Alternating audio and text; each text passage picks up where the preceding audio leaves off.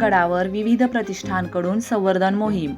किल्ले चंदनवंदन गडावर गड झुंजार प्रतिष्ठान, छत्रपती शंभूराजे परिवार महाराष्ट्र राज्य आणि श्री शिववंदनेश्वर प्रतिष्ठान चंदनवंदन प्रांत यांच्या वतीने गड संवर्धन मोहीम राबवण्यात आली.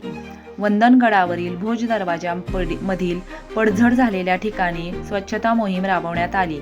यावेळी उपस्थित मावळ्यांनी रस्त्यात पडलेले मोठे दगड आपल्या कौशल्याने बाजूला केले. या गड संवर्धन मोहिमेत पुरुषांच्या खांद्याला खांदा लावून महिलाही सहभागी झाल्या होत्या. Ground reporting Sandeep Pawar.